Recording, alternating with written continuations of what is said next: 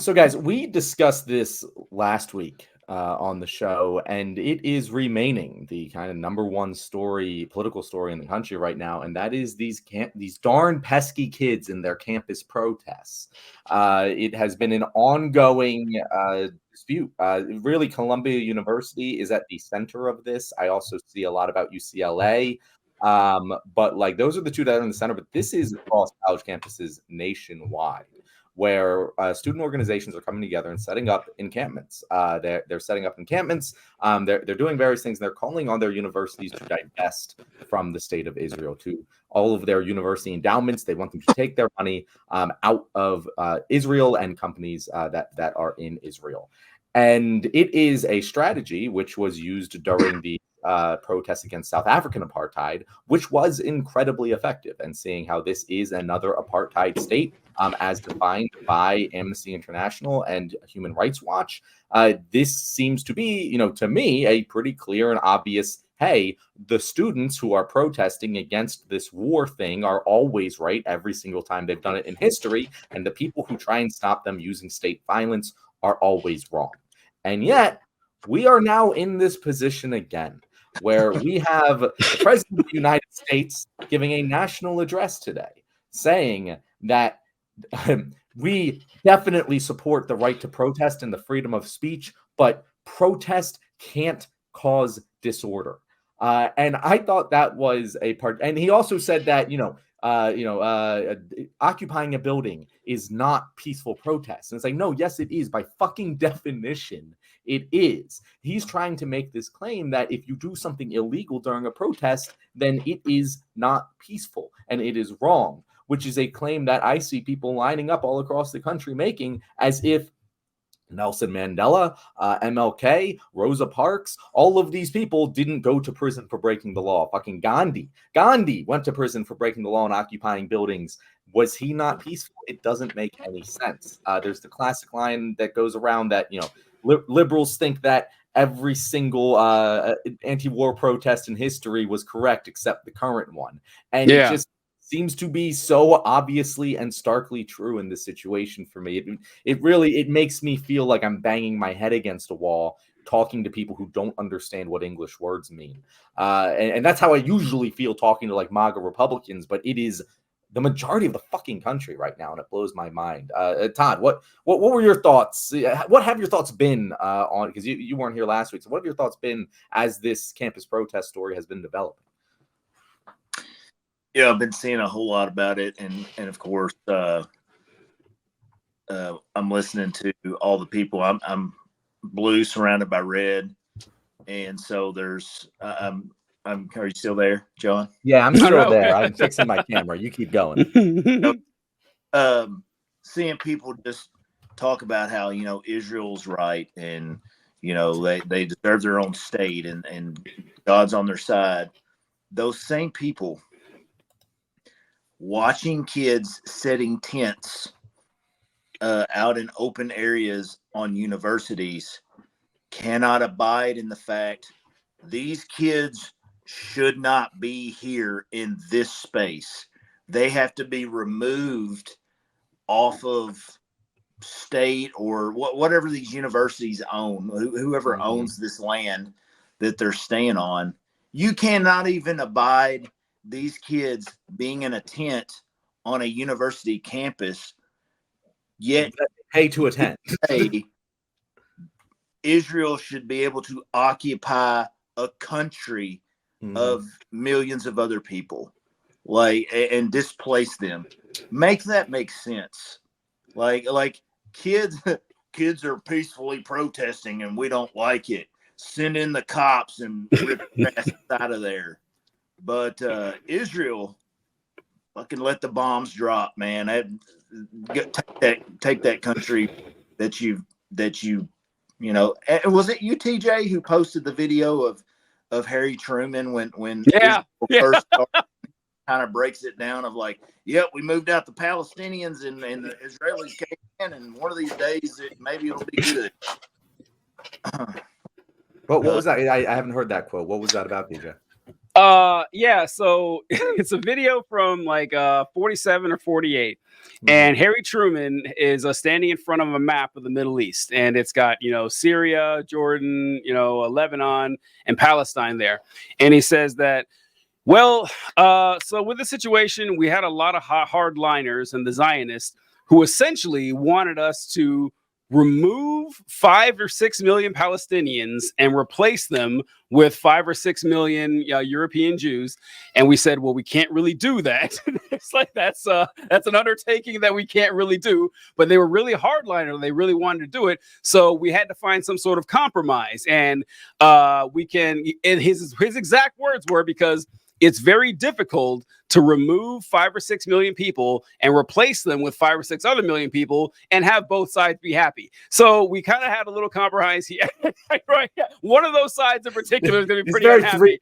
Compromising. Yeah. And he says, so, you know, we made a deal. We got something in there, but it's a step-by-step process, and one of these days it's going to be complete. I mean, he lays out the entire plan right there. So if anyone tells you that, no, that's been the plan since day fucking one, and don't let anyone tell you otherwise. Like, I don't know. It's just it's insulting to this point where people are like, no, that's never been what they wanted. You know, they just wanted this kind of society here, and those damn Palestinians are just like they're animals. They can't be pleased with anything, and so they just act with all this violence and shit.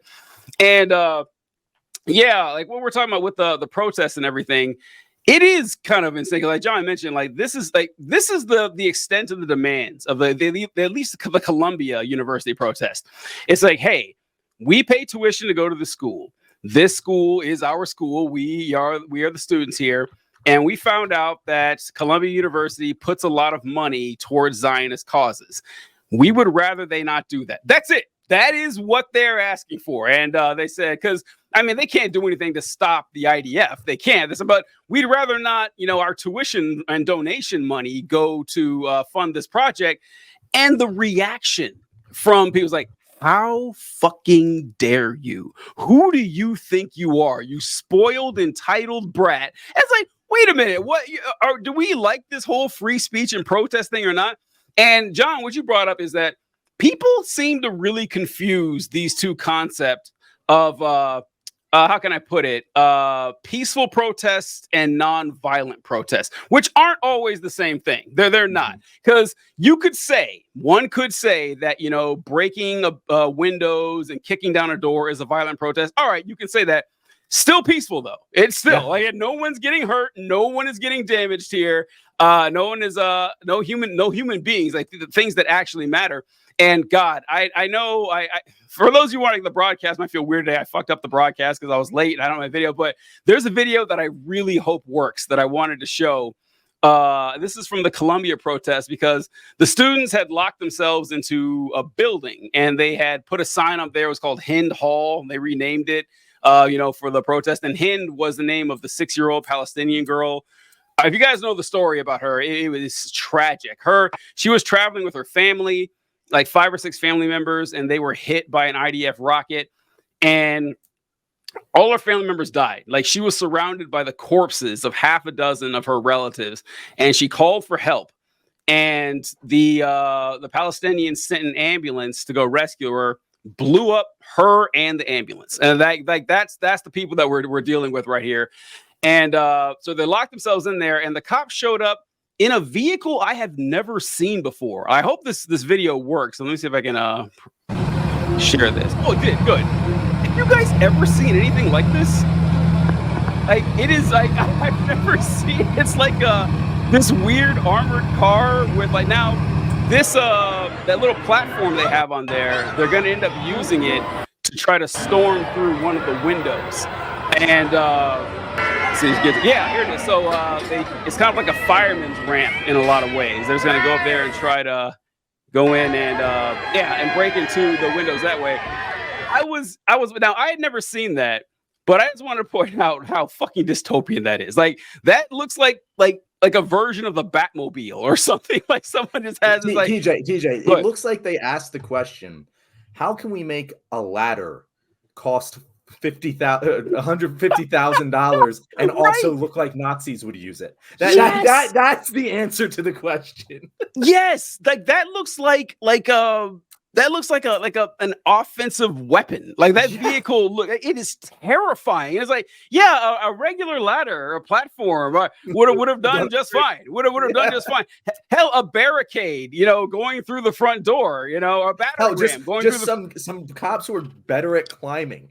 It wasn't that tall. It wasn't that high. It wasn't that high. It was like 12 feet off the ground. But yeah, I've seen a lot of vehicles in there and just like throw him up. He was in New York anyway.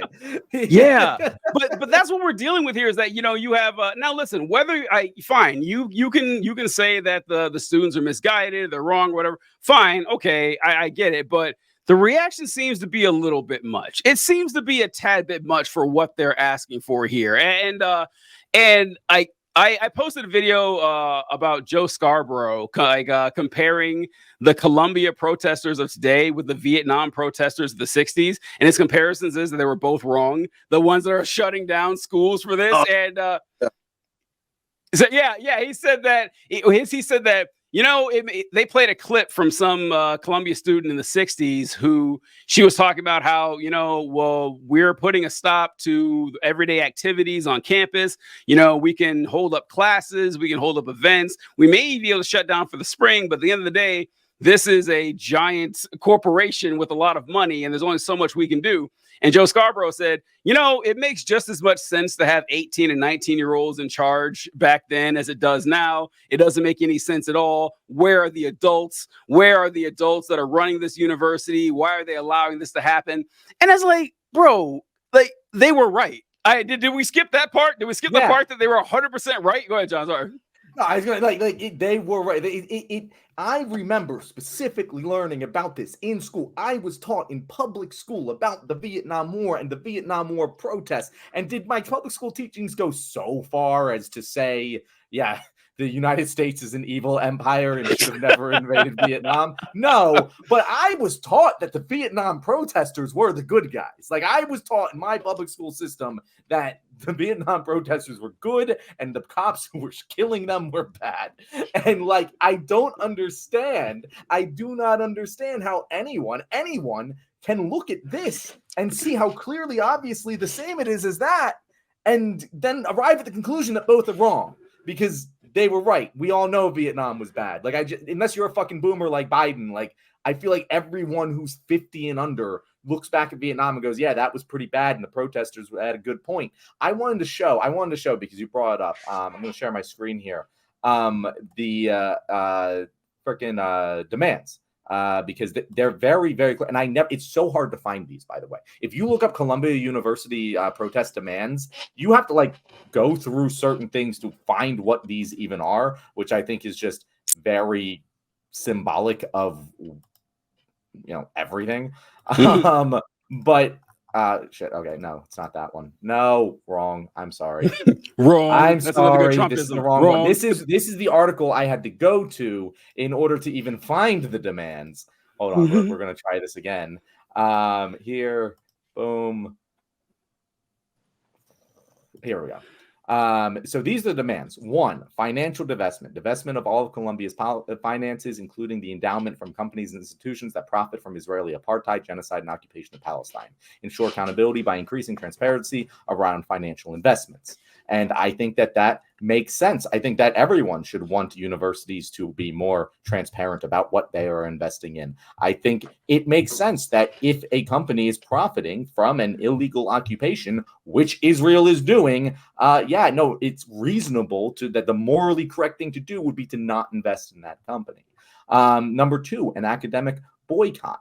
Sever academic ties with Israeli universities, including Global Center in Tel Aviv, the dual degree program in Tel Aviv University, and all study abroad programs, fellowships, and research collaborations with Israeli academic institutions, which makes sense. If Israeli academic institutions are helping Israel in their plight to occupy and kill Palestine and Palestinians, it makes sense to do that. Stop the displacement. And this one I thought was maybe like I could buy where like Colombia might have a reasonable argument because it doesn't seem to actually have anything to do with Palestine. So this is the one where I was like, okay, they don't want to do that, but I'm pretty sure if like they just rejected this and kept the others, the protesters would be like, yeah, no, I would do that. No policing on campus. That seems like a pretty reasonable thing to not have cops coming in and arresting protesters on campus, and then end the silence. And release a public statement calling for the immediate permanent ceasefire in Gaza, denouncing the ongoing genocidal campaign against the Palestinian people, and calling government officials to do so. Now, that is what the students actually want. That it is there's nothing anti-Semitic in there at all whatsoever. We have random protesters saying other things, but like that is, if you're talking about the organized protests that are going on at Columbia University, that is their demands. There is nothing anti-Semitic about them. You can't even fucking like try to make that anti-Semitic. And the thing is, everyone who's talking about this, including Joe Biden, including everyone in media, is just ignoring the option Columbia has to just do that. Like, there's like, oh, well, they got to call the police. They're illegally trespassing. It's like, no, they don't. They could just they just do the things the protesters want them to do. And if the things the protesters want them to do are morally justified, then it would be unjustifiable to use police force to remove the protesters who want you to do the right thing. And it just seems like the conversation for so many people never gets there. She's like, oh, they're breaking the law. Property rights are above everything else in this country. And so Columbia has a right to get them off the property, whether or not the protesters are correct or not. And it's just like, I don't know who taught people. Like, this is not what I learned. And I went to a good school. I will say I had great teachers, but like, I didn't fucking learn that. I don't know when people fucking get taught this. Maybe I just went to a really good fucking school, but I don't know who gets taught. Yeah, no, protesters are always wrong if they're breaking a law. I mean, me and TJ, our generation, we grew up watching the Wonder Years, and we watched freaking Kevin Arnold go out and walk out from school and protest war. Like, I mean, you don't even have to learn it in school. We grew up. It's all over media. Like all of the movies and TV shows we watch. That's the message. Everybody understands. College kids are always right. They protested for civil rights. They protested for the Vietnam War to end and the draft to end. They protested against invading Iraq. Like, when were they wrong? Yeah, I've been asking that question to my audience like so much. Like, everyone, and like, give me one example in which mass college protests, like, college kids have obviously been wrong about many things throughout history. We've all been college kids. We know we were wrong about shit back then. But when it's a mass protest like this against a state action of war, when have they ever been wrong? In all of history, I can't think of a single fucking time. Yeah. Staggering success rate for mass college protests. I gotta tell you, like, for correction, because how come, I want to say this, Joe Scarborough. Yeah, why would we let the 18-year-olds who are the adults in the room? Well, then how come the 18-year-olds are always the ones who are fucking right? Like, why are the adults always wrong and why are the 18-year-olds always right? Like, it doesn't make any fucking sense. Yeah, like I'm sure. So it's so weird too, because like the Iraq war thing and even the whole war on terror thing, this is what I've been saying this for months and how frustrating this is, because we didn't learn a goddamn thing. We didn't learn anything. Like, we went through all of this for 20 years and I thought we learned our lesson, but the second brown people start deviating 1 degree from our prescribed solutions in the Middle East, all right, time to drop the nukes. Let's go. What are we waiting for? And just like John, like you have like faint memories of 9/11 or whatever, but I say this all the time, that it's always a dead giveaway whenever someone says that they missed September 12th. That is a dead giveaway to what kind of person that was, because the nation was just enveloped in bloodlust like I had never seen before. And there was a lot of grief, but there was a lot of rage. And like, we were united, sure, but we were united looking for an enemy. And at least, like, I'm not excusing it, but you can understand, like, 9/11 was terrifying. Like, everyone, like, we don't even have that. Like, what are we doing here? Like, it's like, this is like, what are you doing? Like, what is your big concern about this? And if and like the deflections are the most annoying thing too. The deflections about this, because the college kids have this, they'll say, listen, like what's going on in Israel is a human rights violation. All the human rights organizations say it. The Hague says it. Every member of the UN Security Council has ruled that it's plausibly genocide. I don't know what the fuck else you want here. They're issuing arrest warrants for Netanyahu, and it's like, okay, what the fuck? By the way, this is, I don't know, like our audience might not have seen this. This is one of my favorite headlines this week, that Israel has told the U.S. State Department that if the ICC comes to arrest them, they're going to literally punish the Palestinian Authority for it. Like, how do you support that? Like, where's your law and order people at? Where's the resisting arrest? He deserves to die. So does that motherfucker. Like, what else do you need at this point? Like what else are you looking for? And so, like, the thing they love to do is deflection, because it's easier than saying anything else. It's like, well, Hamas is bad, right? First off, fuck you. All right, fine. I'm sick of it. I'm sick and tired of hearing this shit. That has nothing to do. Like, let's say Hamas was the worst organization to ever exist in human history. All right, cool. That does not justify slaughtering 15,000 kids. Sorry, I got that doesn't seem, that's a non sequitur if I've ever seen one. Second, if they will say that, and you guys have definitely heard this, like, it definitely, being content creators, you've heard people say this or saw people post this, that, well, listen, yeah, sure, they've murdered 20,000 civilians or so, but you got to remember those civilians supported Hamas, so they kind of had it coming. And all right, you know who else supported Hamas? Benjamin fucking Netanyahu. Like, for years, he's been supporting Hamas because he wanted to create a boogeyman to justify any actions there. So, by that logic, you should want to kill Netanyahu. That's what I'm hearing here, or you'll be perfectly fine with it. But they're not, because it's just a deflection. It's not about the actual core issue at all. And if we're going to, and they'll say stuff like, well, I saw, Boebert said this. So Boebert was saying, I've seen a lot of like gays for Gaza sign and stuff like that. And, you guys know that if you guys were living in Palestine, that it's illegal to be gay there, and so it's wrong. And also you have like Saudi Arabia, they have all these destructive laws and policies. They're not progressive. And it's like, okay, listen, yeah. However, if we're going to pretend that Israel is above that, like the whole argument here is that Israel is the beacon of democracy in the Middle East. Israel is the one shining hope for it. Why are you asking me to judge Israel by the same standard that I'm going to judge a religious theocracy? It sounds like you know what Israel is, and that you actually don't want me to judge it by a different standard. And so it's just incredibly frustrating, because the longer this goes on, the harder it is for, just like Todd said, I am having a very difficult time respecting anyone who is not acknowledging the reality here, and just like pretending that if you said this shit to me in 2005, okay, I get it. Like, everyone was kind of brainwashed with this, but we keep seeing this shit day after day after day. We know what's going on. You just don't want to admit it. And I got into an argument, someone who was well-meaning, but like they were upset that, like, oh, well, the people who are saying that the people on the other side of this protest are pro-genocide, that's not true. They don't actually, like, most people who support Israel don't actually want to kill the Palestinians. It's like, that doesn't fucking matter. Like, I understand. If I'm judging a normal human being that I'm talking to, like, I'm going to give them the benefit of the doubt. I'm going to like try and explain to them and just treat them like they're on a pathway of learning.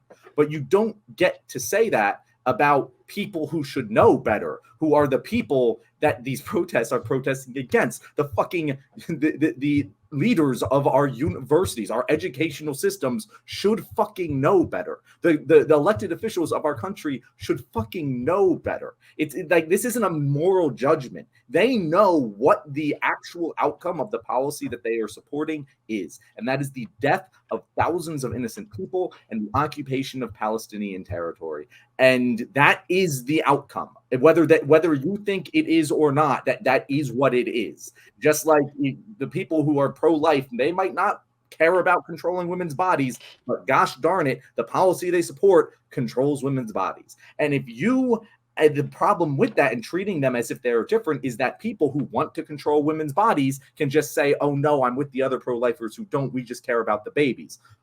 And you can't distinguish between the two. And it's the same case here. The people who want to be committing genocide, if I was trying to commit genocide, it would look like this. I would do exactly what Israel is doing. And I would not just go out there and just nuke fucking Gaza. I would try and kill as many people as I could while maintaining plausible deniability. And that's exactly what it would look like. And the fact that no one fucking gives a shit is just, it hurts. It hurts. We've rambled for a while. Give us your thoughts. So I think that one of the things about these protests on the universities that I don't think the right gets, and a lot of, I guess, everyone to the right of us, Todd, like pro-Israel, but the right talking point of these colleges are liberal indoctrination centers, and they just take kids and they indoctrinate them and make them leftists, right? Who do you think is calling the police to come in here and get these kids out of these universities, to forcibly remove them? It's the people in charge of these universities that you're right are people who are leftist indoctrination is their goal. Yet it's like it doesn't work. Like, that argument is gone too in observing this. Like, oh, these bunch of liberals, like, no, these people at the universities aren't being liberal enough. Like when people say, where are the guy on MSNBC or CSNBC, whatever it was, that said, where are the adults and why are they not? Yeah, where are the adults on the universities? Why are they not protesting too? Mm-hmm. Why are they not there? There's faculty in there. Professors were, yeah. The administrators were the ones that had the problem. And that's the thing where they're like, oh, these spoiled college kids, they're protesting against owners of fucking Columbia. Yeah, the Columbia kids, a lot of them are spoiled. I give you that, but they're not as fucking spoiled as the owner of fucking Columbia University. Like, get the fuck out of here. Narrator, if you're still here, thank you very much for your contributions. We will make an actual sticker for you to give a super sticker, and it doesn't just say super sticker. But thank you very much. I didn't know what that meant. That was such a newbie. Yeah, I think it's like you can like do a sticker, but we haven't put a sticker up. So. Gotcha. Yeah, we appreciate the support, man. And so that's a fantastic point that because they love to attack the college. Oh, I'm so fucking mad at you, Todd. I didn't think about this, but it's like that they love to attack the elitist college professors and everything. And but yeah, the professors are out there. Like, there was it wasn't Columbia, it was somewhere out west, but where the cops were like Texas. Beating the shit, huh? It was Texas. It was Texas. Yeah, the cops were beating the shit out of some sort of a. Oh yeah, hopefully, yeah, we appreciate you too. We're beating the shit out of one of the professors and dragging them away and everything. And like the actual elites, the people who own, these schools, the administration, everything like that, they're the ones sending in the Gestapo to get these folks. And I've seen a couple people talk about, so all of a sudden, all you guys who have been bitching about January 6th for 3 years, all of a sudden you don't seem to mind people storming into buildings. Like, yeah, you fucking moron. Protesting good things is good, and protesting bad things are bad. Like it's that simple. It's not. And TJ, the thing they always say is like, oh, but shouldn't the law equally apply to everyone? It's like, yes, the law should equally apply to everyone. Columbia shouldn't be invoking the fucking law. That's the debate here. It's not about whether or not like they should be allowed to call the police for trespassers. Yeah, the reason they're trespassing shouldn't matter. The question is, should they call the police on the trespassers, or should they do what the protesters want? And the answer is clearly do what the protesters want. And that's the part that is always left out of the debate. Yeah, it's insanity. I try my best not to, engage right wingers on this, because like it's the same thing with like Ukraine or whatever. They say when Ukraine was after, well, I'm anti-war. Israel, they're pro-wars. Okay, wait a minute. Yeah, so stop saying you're anti-war. Like, you're just pro-Russia. That's what it is. And you're anti-Muslim. And I don't know. I just wish they had the courage of their convictions. Just say what you actually fucking believe and stop hiding behind this nonsense to try to, paint yourself to be a better person than you are. That's all I'm asking. Todd, do you have any last thoughts? Because I wanted to wrap it up by going back to Witzke's original question. What original question you're talking about? So if you had any thoughts, I want to give you the space before I kind of wrap it up because we're coming to the end of this video here. I just appreciate y'all having me tonight. Cool. Thank you very much, Todd. So to wrap it up, so Whitsky originally asked us, if you want to put that up on the screen, TJ, after watching the response to these protests, how far into fascism do you all think that the U.S. is right now? And I think the clear and obvious message you should be getting from this, everything we've discussed today, is right now is no fucking farther than we were for Vietnam, for South African apartheid. This is something that we have done throughout our entire history. This isn't more fascist than any other this is just as fascist as all of those other times that we now call fascist. That is what President Biden is doing. Am I, in general, more worried about America slipping into fascism right now than I have been in the past? Yes, but this is not a reason why. This has happened constantly over and over again. And every single time, the people who are for the crackdown, end up calling it fascist 20 years later. You will see it. All of the fucking take notes on the people who are down talking these protesters. And when you see them post on their fucking social media 20 years from now about how they supported these protesters, have the fucking receipts ready, because I'm fucking saving them. Yeah. I agree. We inevitably always display the indelible stamp of our fascist nature. We always do it. We do it a clockwork. It never fails whenever this happens. I keep waiting for us to learn a lesson, but unfortunately, we're very slow learners. Maybe a couple more centuries and we'll figure it out. All right, guys, if you have made it this far in the video, you're probably like me and absolutely losing your mind right now and feeling like the entire world is taking crazy pills because absolutely nothing makes sense. But luckily for you, we're here to make sense of it for you. And so is our wonderful guest this week, SupermanTodd. Superman, if our audience wanted to find you somewhere else, they liked what you had to say today, where can they do that? Hey, I'm just pretty much only on TikTok at SupermanTodd 2. I had a pretty good following on TikTok before I got permanently banned about a year or so ago. So my following's not nearly as big as it was, but just SupermanTodd 2, kind of known as the Southern Liberal. So just hit me up on TikTok and we'll have a good time together. Appreciate it, Todd. His account was banned by my other account. Lex Luthor TJ was responsible for taking that down. So it was a pretty good time, but we appreciate you guys watching. Be sure to tune in next week.